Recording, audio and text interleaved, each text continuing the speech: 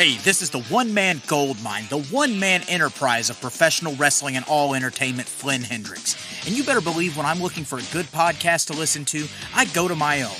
I go to the I Know You Hear Me podcast hosted by me, Flynn Hendricks. That is such a fresh perspective for how you should look at life, too. I love that. And then when I'm feeling spooky, I go to my other podcast, Tales from the Haunt, where I want my head shoved inside a 15-pound silicone mask more. I want to have a bucket of sweat coming off me at the end of the night than just Jeff. Dogs don't lay eggs, Flynn. I hate you so much. Talk to other scare actors about what it takes to get into the world of scare acting. So if you're curious about how people became professional wrestlers, actors, prioritized their mental health, became entrepreneurs, avoided burnout, or got into scare acting, you need to go check out I Know You Hear Me and Tales from the Haunt, available on all podcasting platforms. And I know you hear me.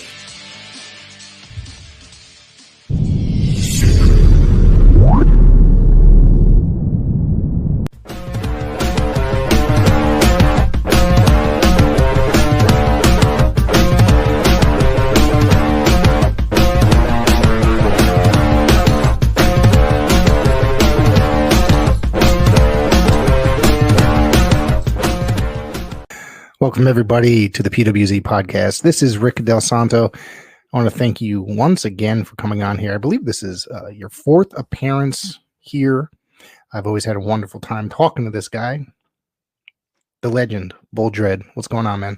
Hey, brother. It's fourth, fifth. We it's talk up there basically once a week anyway. So yeah, but it's always like I said, we're one of the guys that we have a friendship outside the business. And we shoot. Yeah. We're honest. It's always I always appreciate that. We talk whether it's about the business or whether it's about life or women or children, whichever. Or playing with myself. Yeah. So you've been quite the busy guy as of late in the last year. I think was it roughly a year since your last appearance? Maybe. Yeah. Maybe. Yeah. Or maybe in the fall. Yeah. So I want to know what's been going on with yourself. I know you've won a championship here. You've been working over here and working over there. So yeah, working everywhere. I didn't know how well known I am and over I am until I got myself out there again. And here's the thing about going new places. They want you back, and pretty much I was almost working, having a show every weekend. And I was like, man, I can't wait to have a break. I don't do this. Thank God I don't do this for a living. But I'm having fun. And, I won the 2TW Undisputed title. I don't even know if I consider that a world title, but it's my first major world title and in my career. I've had a lot of titles in my career, but, yeah, it's been the past year. I've probably wrestled more this past year than I've done in the last 10 years. And I have no regrets. I had a lot of fun, met a lot of new talent, worked a lot of young talent. I wrestled my first legend one-on-one, and that was Gangrel. And, I wrote about it, and I wasn't too happy with my performance. But, what happens when you have a crappy performance? You go on to the next one and have a good match. But it's been a great year. You're referring to Gangrel, you said? What was that? Were you referring to Gangrel? Yeah. Is that what you said? Yeah. Now I know you said you had a crappy performance. He said the complete opposite from what it sounded, if I remember correctly. What, you talked to him? No, I thought that's what you mentioned to me when talking about it. My peers said it was a great match. The fans enjoyed it. The draw wasn't that great in Bridgewater, Mass. A couple things happened in the match, and maybe it was my nerves took over, and I stepped on his ankle during the match, and I kind of messed me up, in my head. But I got through the match, and looking back, I was like, I know where I messed up. And, you're kind of down, as a worker, you kind of get down on yourself for, you getting your head for a few days. And I started getting depressed, and luckily, I had guys I talked to, and, I had a great match the next match. And I think I wrestled Dan DeMand my next match, and then we called it everything in the ring. But he said everything. He told Trooper that everything was good. I guess he told him about me stepping on his ankle, but I just wasn't happy with my performance, and I started questioning myself. I'm like, man, am I really that good? Maybe I'm not that good. Maybe I still have a lot to work on, but we're always constantly learning in this business. And, I never claimed to be great. I mean, we all have an off night, I guess. It's going to happen in life in general. So what else have you been up to? I know you worked BCW up there against, oh crap, let's see. Oh, Shotgun Adams. Yeah, a young talent, good Yeah. talent. My first time working him. I mean, like I said, that's one of the blessings of still doing this is I'm working a lot of the new generation guys, and I'm not able to keep up with them physically, but I'm able to hopefully be able to teach them a little bit about psychology and not having to do much and still get over. And and talking about another match from another show where come to find out I wasn't even booked on the fucking show, and next thing you know, I ended up having one of the best matches of the night. So, I mean, I've learned long ago where spots get you hurt and entertainment makes you money. Yeah. So it seems to be that you wanted to open up about some things here this week. So Yeah, let's jump in. I know there's a lot of things that are on your mind about some people that are going about the wrong way, running the business and such. Yeah, So what do you think is in? the business is never short of it. Mhm. I've seen a lot of people come and go out of this business, and they go about the shit the wrong way, and they half-ass train. They show up training once or twice every couple months, and next thing you know, they think they know the business and trying to get themselves booked all over the place. And then you got guys that can't get booked anywhere to go and start their own company. I mean, I used to make fun of like Joey Bricko, CTWE, and what's this fucking guy doing running his own show? And I was like, I learned that, not to talk shit because you're going to end up working for the guy one day. And that's what happened. You think back and like, sometimes when you were wrong and you got to watch what you say. But then I was like, who the hell am I? I'm not the vet that I am now. Mhm. But I just feel that, wrestling is the only business and form of entertainment where people can show up through the back door, half-ass train, put no work in, but then go out and call themselves pro wrestlers. And I don't even consider myself a pro wrestler. And because, obviously I don't do this for a living, but it wasn't till this past year where I kind of started saying to myself, wow, now I'm starting to feel like a pro wrestler. Right. But it just, the business has changed so much, and people that don't put the work in, listen, any professional athlete pretty much always constantly working on their basics, and you should never get tired of doing that. And that's the part I miss. And I used to be in the ring at one point 3-4 times a week, and that was including working a show, and if I did something on a Saturday, so 5 times a week. And I was saying this for a while, like where I miss the getting ready. You do so much more in the hours of getting ready and preparation. I had more fun training for 10 hours than I do for an 8-minute match. Mhm. And I'm like, and I look back and I'm like, how are guys not putting the work in, training, sweating, bumping, learning new things, and just enjoying that part? Instead, they're showing up to shows and they think I'm on a show. They got a spot that they're over, and they're calling themselves a fucking pro wrestler, and they have boots and they have this lousy, stupid gimmick. And I'm like, who the fuck cares? It's like, I have a legacy now, and I have a backstory. I've become the gimmick, and the gimmick is me. People go ask me who's the Beast Bull Dredd. I'm like, honestly, it starts back with my heritage. It's my life story, and if there's anything, I hope that's something you can see from what my gimmick is and what my character is. I hope you see the passion and the love for the business and life and the work and the work ethic that I put in to be where I am. And man, it just a lot of the companies around Connecticut starting to look the same. And I kind of starting to feel like some of us vets are starting to get pushed out and not used now. And I'm like, I had to get myself out there, and I'm starting to get booked more outside of Connecticut because I guess because Connecticut's been my mainstay for such a long time, it's like, what are we going to do with Bull Dredd? Or, what are they going to do with me? I'm still a fucking draw. You know what I mean? Like, I don't mean to say that like, I got to stick up my ass or I'm a top talent. I just think I'm, regular like everybody else. But, like, for instance, like, PAPW, I have no problem saying this. If it ain't Mario booking the show, you're not going to see me there. Everybody's starting to look the same, and I get it in some ways. Young talent, you want to use, it's the young man's game now, but also the business has changed. And, me being the vet now, we could come across as bitter if we speak the truth, but I'm just like, as an overview, like, from the outside of the box looking down, everybody's starting to look the same. Everybody's using the same talent. And it kind of feels like I'm kind of been run out of my own hometown.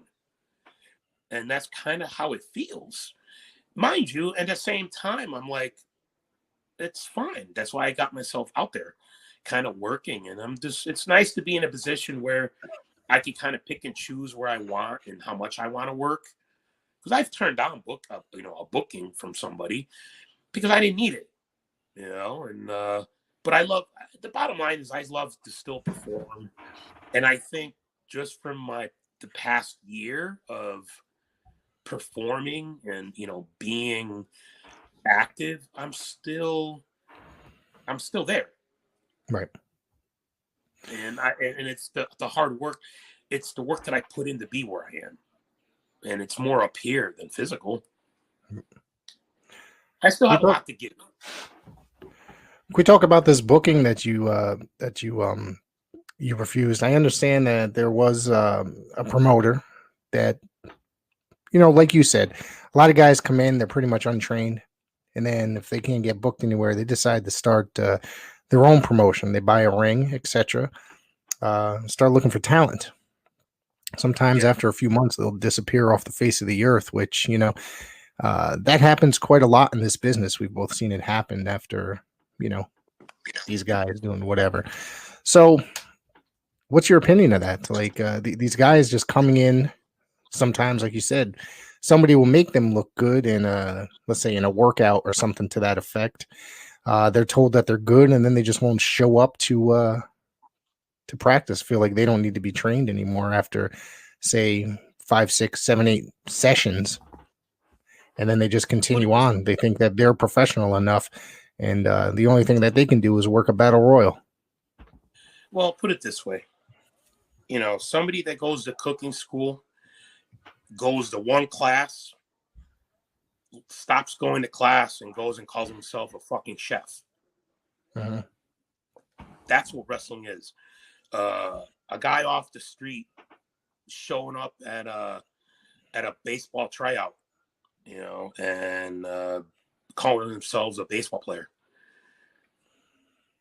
Somebody that's never worked in a restaurant decides to go and buy a restaurant and run their own restaurant. Right.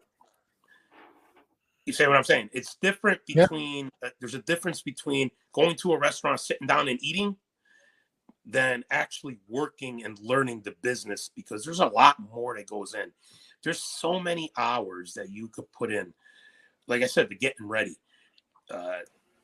It just, how many hours of preparation you need just for a 5-minute match? I can imagine. It's a lot. In 5 minutes, doesn't seem like a lot, because I've worked 5-minute matches. Like I worked Wrecking Ball and New World Wrestling Extreme. We had a 5-minute match, and we did so much. And in the back was Rhino watching. And as soon as we got done with the match, I think I sent you clips. You might have seen clips. I posted a couple of clips about it. But I get to the back, and Rhino, said he had nothing bad to say about it. He said the only critique he had for me was it looked like one of my forearms kind of looked weak, and it was because like as I was going in, I was calling the spot, and but then he also said that indie wrestling, that's the type of match some of these shows need.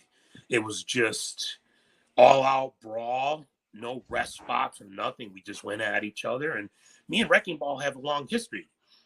So, I mean, the bottom line is I don't understand how people don't love putting the work in of training and getting to, learning the business, and especially, inside the ring and the constant sweat and bumping, because like I said, people take backdoor into this business and all of a sudden they think they know everything. And they go and start their own promotion, and sometimes they become successful, sometimes they don't. But people slowly reveal who they are. You just got to pay attention and watch them.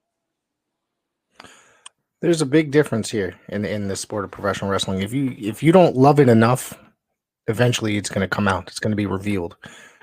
How you do in this business, depending on your level of love for and interest in the business. Yeah, I mean, people hide who they are, just like in relationships in life. People only show you what they want you to see, and they slowly reveal who they are. And once you figure them out, they disappear. They have nothing to do with you because they know what the fuck you are. You know what I mean? Right. And anybody can come across and be up somebody's ass. Support, showing the support and everybody. And that's great. I mean, people have shown me nothing but love and respect. And that's great. I thank you for that. However, on a personal level, you're the fucking cancer of the business. Right. That's it. And that's been going on for years. I'm not going to stop it. It's going to continue. And that's on the independent level. That's why you have all these shitty independent companies running shows. And I tell a lot of the guys, I'm like, listen, stop booking your friends. And just because you're friends with them, because a lot of these guys just contact you because they know you're going to use them, and they haven't put the work in because that's the only place they can work. And that's the problem. We see that a lot in independent wrestling. People using their friends. We see that a lot in our area. I mean, and I hate to say it, but you could bring somebody else out, because you can definitely you can see how it's going to affect the show and the business when there's a dozen or less people that show up to a show. Listen, I'm not saying I'm a draw. I mean, people come to see me. Sometimes they don't. You can't pressure people to buy a ticket. Even like, the first, the PAPW show at the Cadillac Ranch. Mm-hmm. I think I had a dozen people show up, you know what I mean? Like my friends from work, but they're not only there to see me. Right. The second one wasn't that great, but I still had about 4 or 5 people show up. But then my friend Lexi, the girl that's in the wheelchair, she showed up with a friend because she knew I was there. Right. I mean, that's the power of social media, posting where you are. And, just something that I wrote during the week. A lot of us got over before and without social media. And that's the way it was when I broke in. I mean, we have message boards, and I'm not saying I was the top guy. I mean, it's a different time, different era. And like I said, I'm not trying to come across bitter. It's changed. And I have a lot of envy in some parts. I'm envious in some ways in the business and what's going on right now. And the other part of me is like, okay, everything is good. I mean, but I'm still active. So it's like, it kind of bothers me when, I'm sitting here home and people either run my hometown or, places they used to work. And all of a sudden now they're not using you because they're using all the same fucking talent that was just on a show in another town in the same place. And it's like, I get it. Maybe at the time when I broke in, were they doing the same thing with me? I don't know. But there weren't as many people running at that time. There weren't that many independent companies to go out. And I didn't travel a lot early in my career. I mean, once I got my break with Northeast, I, didn't work outside of Northeast much. But if I did, I asked permission. And I mean, you stay somewhere too long, you lose value. And I learned that the hard way. So, you know, yeah. Yeah, around that time period, there wasn't a lot of indies in the Northeast, and if there was, there were short-lived ones. But obviously, things like Northeast Wrestling, they have a over 25-year history. You know what I mean? So they're obviously doing something correct. Yeah, I've been there 10 years of my career. You Yeah, know. and that's where you made a pretty good name for yourself there, correct? Yeah, Northeast is what kind of put me on the map. And I'm forever grateful for that. I mean, don't get me wrong. Like, it's not like I'm not saying that I didn't get over on social media. You meet a lot of new people. I utilize it now, so it's like, I don't want to be a hypocrite saying that, that I'm not using it or anything, but a lot of us worked and got over with the fans and the crowd without social media.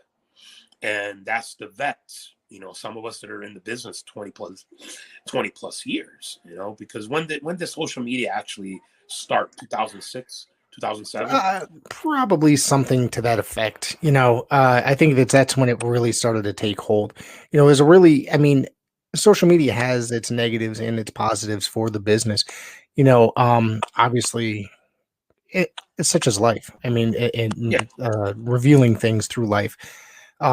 However, I'm active on there on social media, but I use it mainly to find out about shows. You know what I mean? Right. Because you could look you can look up promotions from your town. You could follow groups where there's going to be an indie show, etc. Same as such as concerts, punk rock shows, all that stuff. You know Right. what I mean? So it has its positives, but it's just there's certain things out there that it could be a disaster. People thinking that there's freaking celebrities on Facebook and Twitter. Yeah, I'm not, I think there was a time where I was way too invested in it. I'm Mhm. not the way I used to be.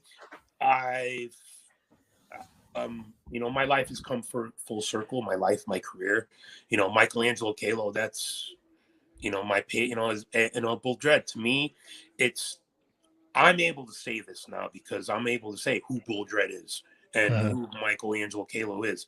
I go about my life and social media the same way.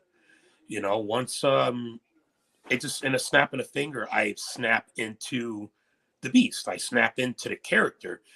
But in order for the character to work, it has to be what you have inside. And I understand a lot of the young talent. I mean, they're still trying to figure out who they are. Yeah. But it's like,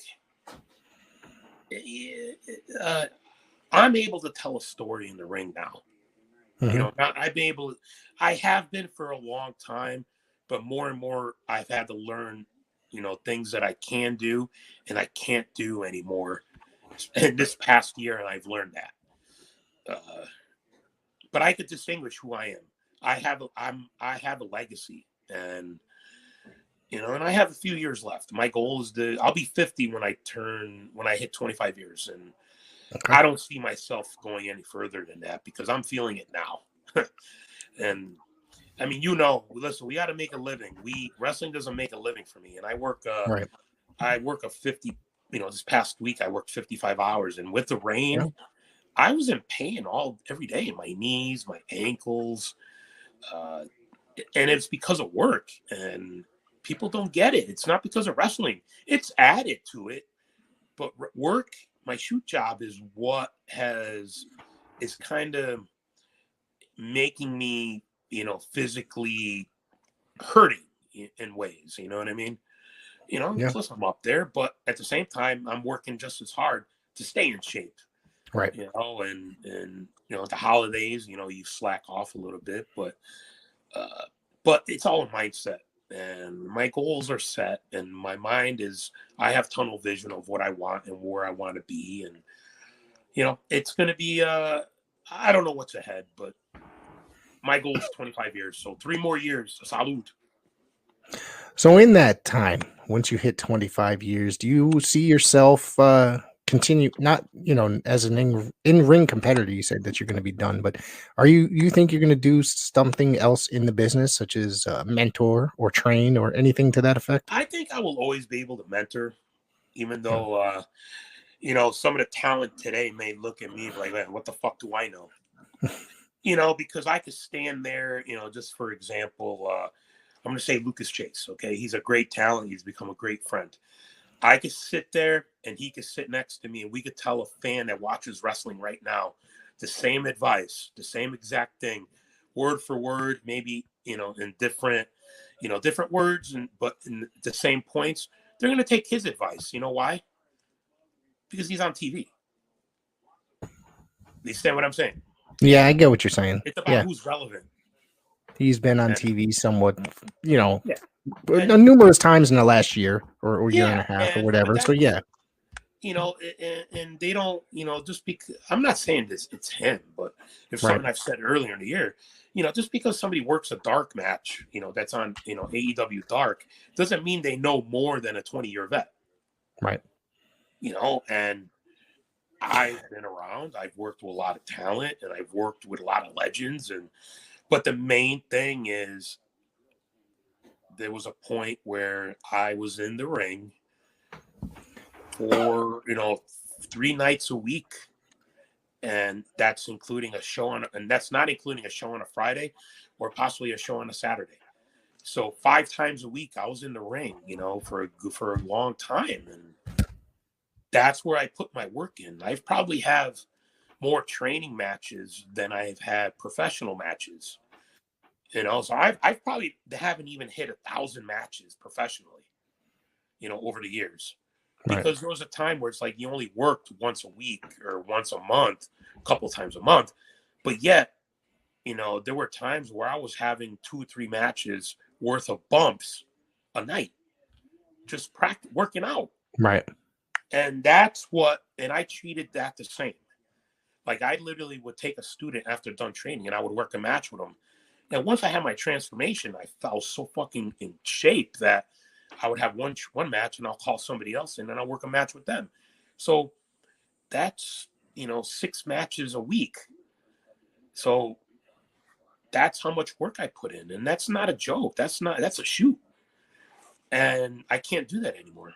My body can't keep that up anymore. And Rick, listen, we've gotten to know each other personally, and I've maintained a full-time job, raised my family while pursuing a wrestling career for 20 plus years. I've had a few years off, but to me, that's hardcore. Absolutely. I never called myself a legend or a hardcore legend. The fans, my peers started saying that. So I just took it and run with it. It's become your, I guess, your gimmick in a way through the fans. Yeah. And, that's what it's about, really. That's what makes it so special. It does, because I can look back, like Big Daddy sent me a video the other night. It's on YouTube now. He did a little bit of a voiceover, but he posted the 10-man hardcore match from January 2002. Okay. And I was like, dude, this felt such long, such a great night, but so long ago. It's 20 years ago. Yeah. Well, 21 years ago now. Yeah, I mean, even the picture I posted with me, Zombie, Jason, and Balls Mahoney. And I did as a throwback. And I'm like, wow, I mean, people may look at that like, that's the hardcore shit and everything. But, that's what it was at the time. It was ECW was still fresh in people's minds. It was still relevant. So that's what was hot then, Mm-hmm. And you could distinguish even in independent wrestling, what era, what worked and what doesn't. Like you had the ruthless aggression era. Then you got the Ring of Honor era where what's it called? Strong style. Yeah, right? Strong style or technical or whatever like that they were doing. Yeah. And now what do you think it is? It all depends. Everything's AEW-ish or because that's the hot and trendy. Yeah, Spot Fest, Flippy. Come on, let's not get. I mean, you could go into an indie show, any indie show, and no offense to anybody, because I've said this a million times. By the second match, you've seen 362 super kicks. Listen, I went to an indie show and I saw 619 within the first 4 minutes of the tag match, and I'm like, that's a finisher in WWE. Yes. So what I'm saying, so they're just doing shit to to, because it's fun, you think it's okay to watch, but Yeah. But with that, do you realize you watch any wrestling today? I know you don't watch much newer stuff, at all outside of shows you work on, etc. But do you realize you watch wrestling and there's so many moves that are supposed to be finishers people are kicking out of, people are no selling, whether it be the super kick or a stunner, a pile driver. I can go on for probably 2 hours naming finishers that people kick out of. It's just, it does not make that match any better. It makes it kind of lose something, those maneuvers in a way. well, to the fans, it doesn't make anything. It doesn't make you lose anything I because mean, that's what I'm a the fans fan. are. Yeah. That's what the fans are accustomed to right now. Yeah. I just think it's kind of, To I you and don't, I don't, I. yeah. To you I and mean, we've been I. watching wrestling close to probably 40 years between the two of us, right? Yeah, So, I mean, yeah. so. But like today, I was watching an old NWA episode. When it was Hogan. Dusty versus Flair.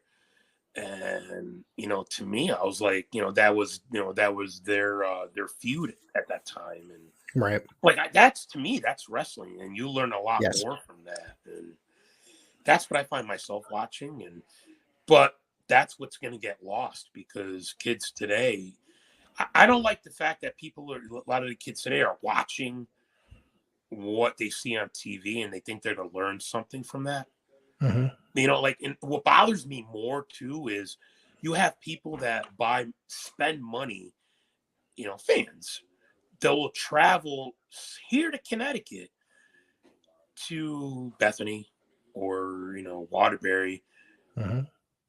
to watch those shows and to pay money to see them, but wouldn't pay $10 and come up to Waterbury or New Haven to watch like a Tesla Strength show or a PAPW show. And I'm saying to myself, Right. you're going to see you're seeing the same guys, a lot of the same guys that are in Bethany Yep. here, and that's something I've also learned too is people don't support you as much as they used to when you were at the top, you Yeah. know, and now that you're kind of at the bottom, and not going to say I'm a no name or anything like that.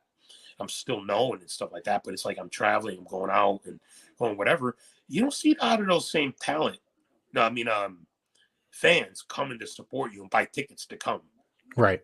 So it's like, why do people spend $100, so much money for an AEW show or go to SmackDown, but don't come to see somebody like me at a local independent show? Or you got people buying tickets to go to Bethany or come to a big show in Waterbury, but they're not coming to a Tesla Strength show or Paradise Alley or a 2TW show. You know what I mean? Like, you can't tell fans what to do, but it's still a business. That's why they bring in the names and stuff. And that's where we go, it goes back to so much, even with like NEW. I mean, people weren't paying to come and see me. They were there to see me anyway. But, they were there to see the big names. But wrestling is a revolving door. That's it. He brings in people that are either fresh off TV or guys that are on MLW or even current AEW stars and mixes them in with. He doesn't use as much local talent, maybe like Northeast talent, but not necessarily straight from Connecticut or whatever, Mike. But his shows are constantly packed, and he's bringing guys like. Well, he's successful. Yeah. He's successful with what he does, and I'm forever thankful for him because it's a business. Like I said, looking back, was people saying the same thing about me? You know what I mean? But it's a different time now, and I'm still, kind of like, I went to an NEW show after a few years over the summer, and I saw Mike for the first time, and I can't even tell you, 3 years, and it was nice to see him. He looked me up and down, saw that I'm in the shape I'm in, and he said, "We'll be in touch." I didn't hold my breath. My goal is I want to retire home. I want to retire in Waterbury, where it started for me. you know, I guess like, you know, when it's time, I want to have like a farewell tour. You know what I mean? You know, I hope I make the NEW Hall of Fame. I hope one day I get into the New England Hall of Fame, and I, you know, I mean, it's nice. I think it's the acknowledgement. That's kind of what I want. I get you. It's nice to be recognized for, you know, for doing that for so long and putting yourself out there. You're out there putting your body at risk each and every week for the fans' entertainment, you know. Yeah, you know, but then again, like sometimes I ask myself, are, you know, who are they really here to see? Are they, I still have fans coming up to me and respecting me and liking me. I'm going to miss that. You know, I miss the interaction with fans, you know, some could freaking like, don't leave you alone, but you know, I mean, but that's the part I'm going to miss. And I mean, I miss being recognized when I'm out, you know, even though I still get like, sometimes I get to stare if I'm out somewhere, or maybe they see the beard and, you know, whatever. But there's a lot I'm gonna miss, and you know, do I find myself mentoring after I'm done? Yeah, I don't see myself opening up a school or anything like that, because there's too much stress in that. And who the hell am I? What have I done? You know, I'm a nobody. You know what I mean? Don't sell yourself short, but I mean, you know, you are currently mentoring someone now in the business. Oh yeah, Um, Gemma. Gemma, yeah. Would you care to talk about that? It's been what, well over a year now, probably, right? Yeah. It's funny how we got paired up, and you know, we briefly ran into each other at the parking lot, and at shit, what's the name of the place? Paradise Alley? No. In the Jewish Center.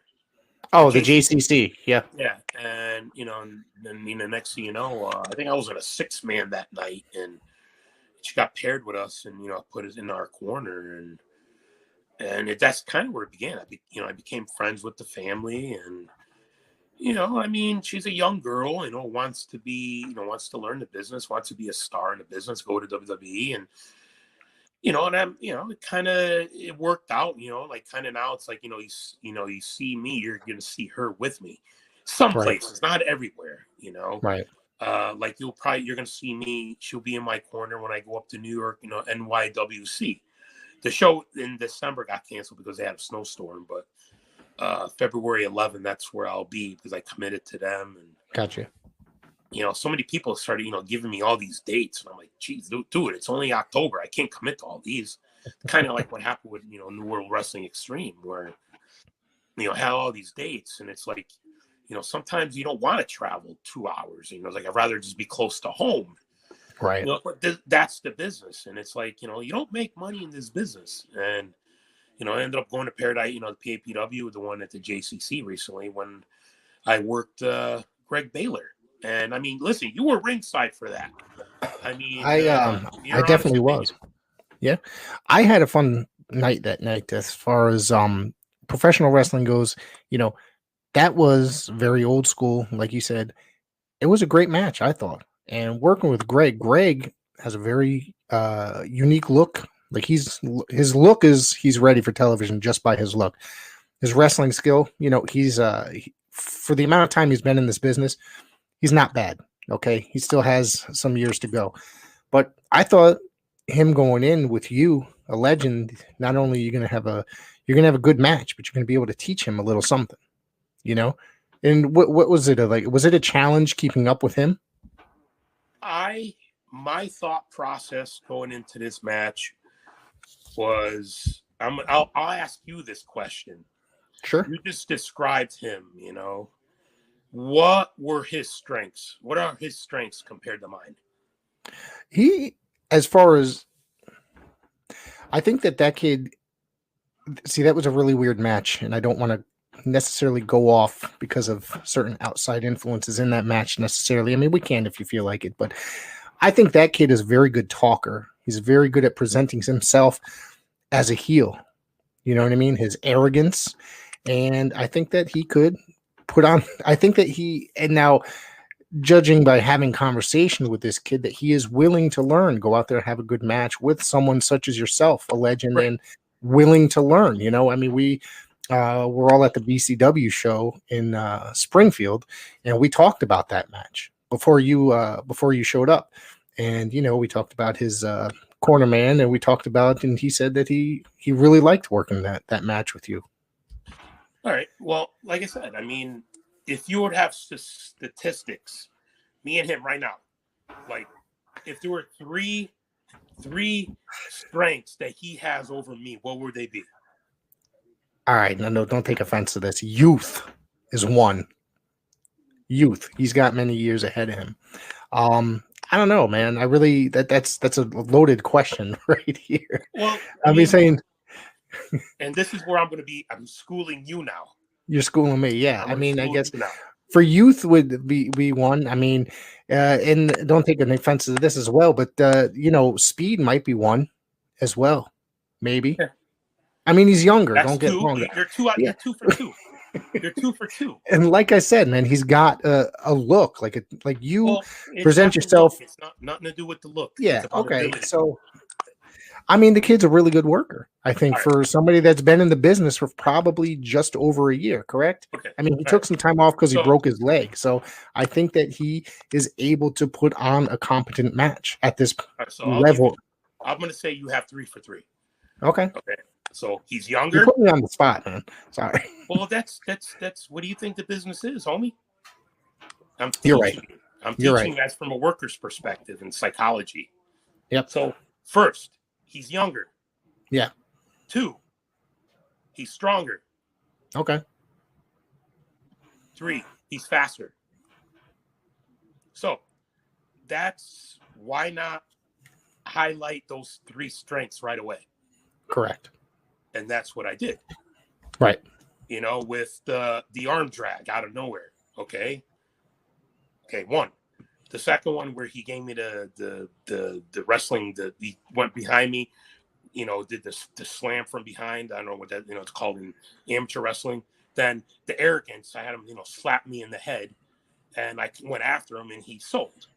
So we went into the chain wrestling where, I was like, hey, let's I don't want to do just a regular, fucking regular just tackle drop down. Let's update it. Old school and new school. And we did a little bit of chain. He got me back in the headlock. I shot him off. I don't know what it's called, the enziguri or the meziguri or whatever it's called. Enziguri. The meziguri, whatever. He hit the ropes.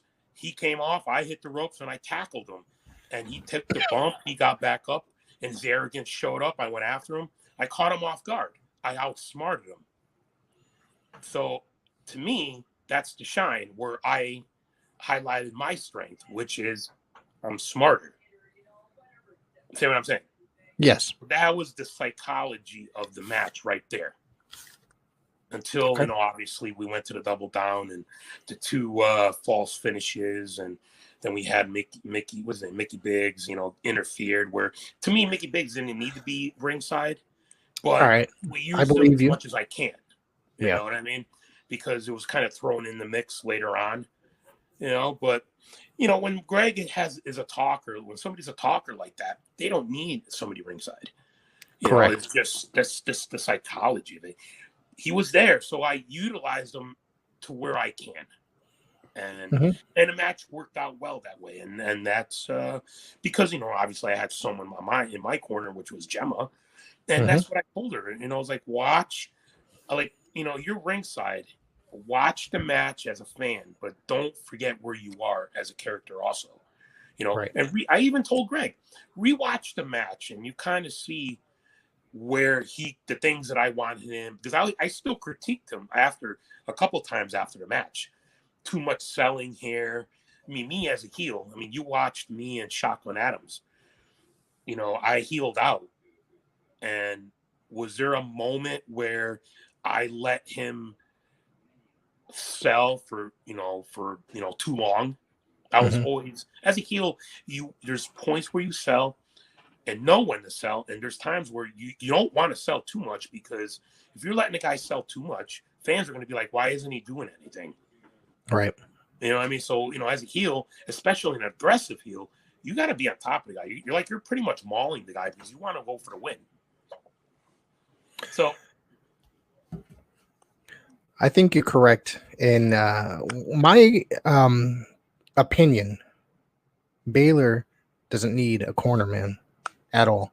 No. I think he is able to speak, on his own. He's able to cut a promo.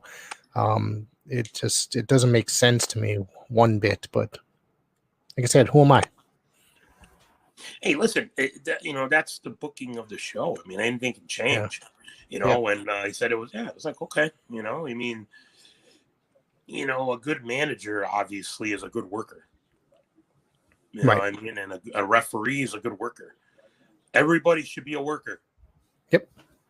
That's it. We're all performing, when we're out there, and that's it. I mean, and that's it all goes back to what we were talking about before. If you're not putting in the work in, don't fucking call yourself a pro wrestler. Right. Yeah. That's right. So what else you got here that you'd like to talk about? Any other fun stuff? Well, I mean, I got a Shut Up and Wrestle coming up at the end of the month. I'm working John Pierce. I think you've maybe met him, or known of him. Young, talented. He's like 6'5". So, like I said, I'm starting to work all these younger talent, and some people put me with young talent because they want to, maybe you could teach them something, and that's kind of what I want. I mean, I hope people are not like, oh my God, he's so hard to work with. I'm like, hey, listen, there's going to come a point in time where people are going to get to the point where I am, and they're not going to be able to do what they used to. There's things I could do now that I couldn't do years ago, but there's certainly things that I done better then that I can't do now, which is run. Right. It just, that comes with age, and I don't know. I mean, like I said, the business has changed so much, and I'm glad to be a part of it, still and relevant.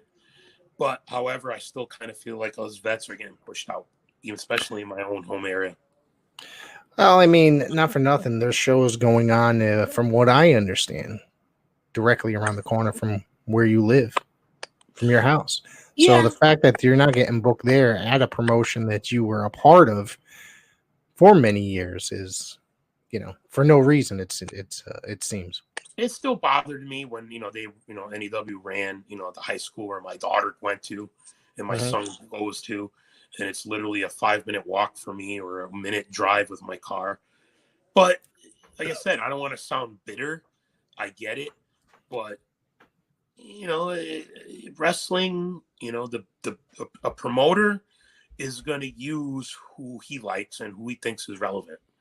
Right. And that goes for any promoter. And that's, even a fucking Mark that comes off the fucking street, decides to run their own promotion. I mean, they're going to use his friends. But that's happened. It's never going to stop happening. Just like what the great Terry Funk once said, I liked it better when the fans stayed behind the railing. It just, you don't see somebody off the street going to an audition for a movie, do you? No. Yeah. I don't know. Can we talk about your title win? We touched upon it, but we didn't. We didn't really get into it. You were in a 4-way at Tough and Talented Wrestling in Torrington. I don't have the date in front of me, but you took on. August, I think. Was it August? Yeah. Dan the Man, Vlad, and was it Cade something? Sorry if I forgot the name. Lathrop, yeah. And that was quite the eventful match there. As you walked away with the belt. It was a fun time. I mean, it never gets old, and kind of mark out for yourself and taking a picture with the belt, go post it. People congratulate you, and and that's another thing. It's like, I don't want to make it seem like, me and Vin, I've known Vin and the family for years. They were there when I first started in the business, so it kind of like goes back like, oh no, he's booking his friends. Then I was against Vin for a while. I told him not to run shows because I'm like, dude, you're just going to lose money. I mean, he failed a few times, I think.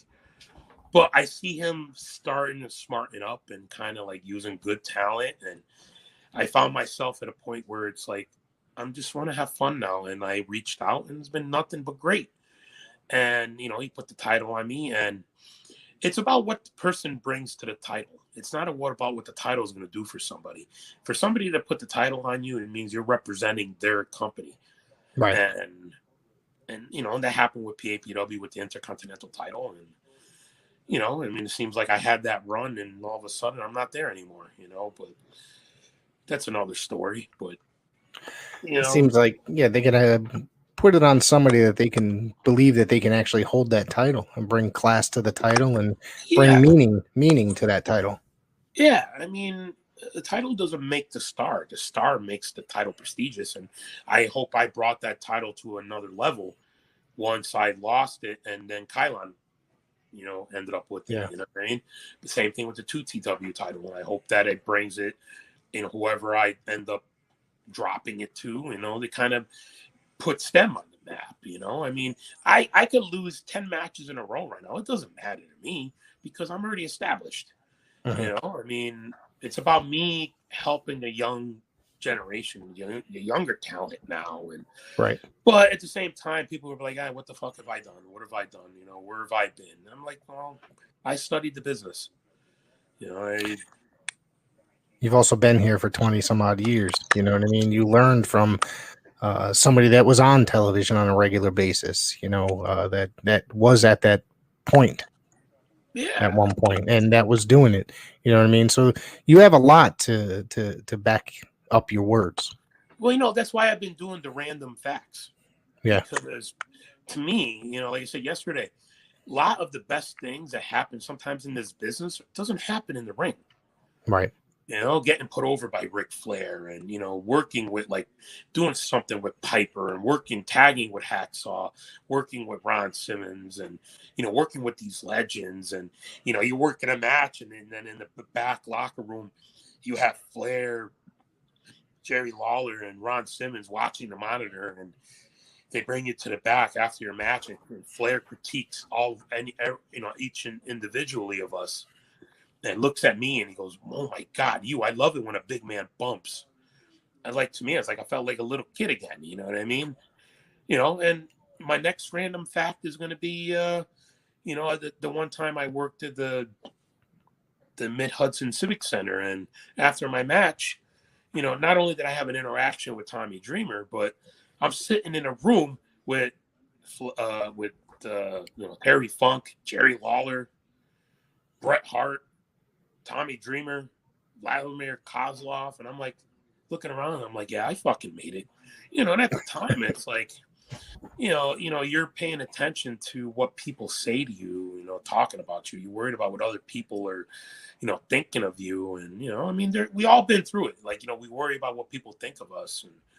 And, and I'm like, wow, people, I remember my buddy Von Schmidt said to me, "You're fucking Bull Dredd.